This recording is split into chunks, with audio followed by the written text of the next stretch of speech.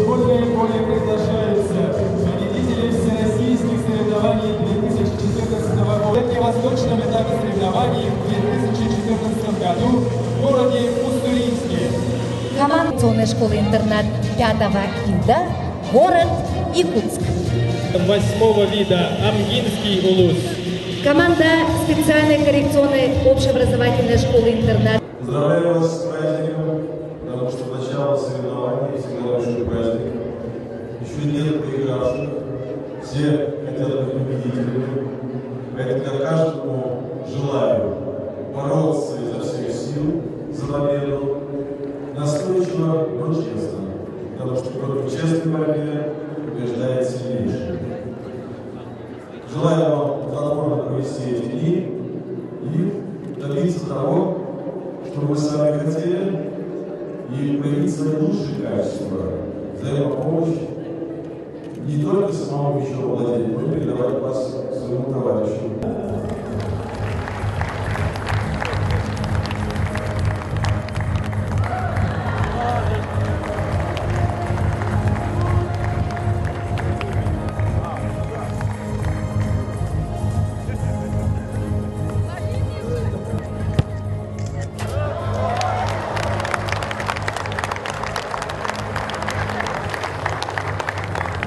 Во-первых, это необычный турнир, особенный турнир. И дети особенные, и условия игры особенные.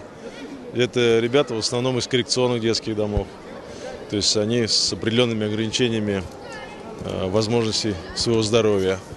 И это очень важно, что такие турниры проводятся уже не первый год.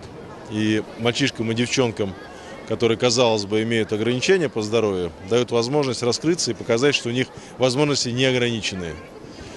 И, конечно, здесь важно, чтобы они имели такую возможность, чтобы они играли, чувствовали себя востребованными, состязались, потому что именно в состязании проявляются самые лучшие человеческие качества.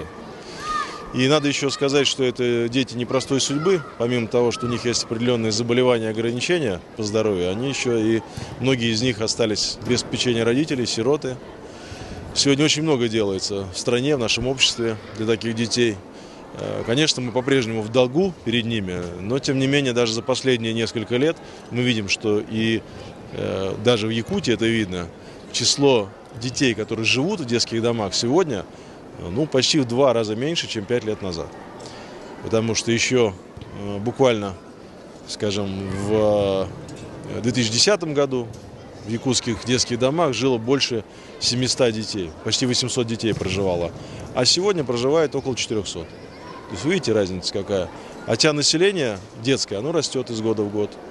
Но поскольку общество неравнодушно к проблемам детей, именно детей, оставшихся без попечения родителей, все больше и больше детей возвращается в родные семьи, все больше и больше детей находят своих приемных родителей. И это очень важно, потому что мы все в ответственности за тех, кто остался по какой-то причине без семьи, без родителей.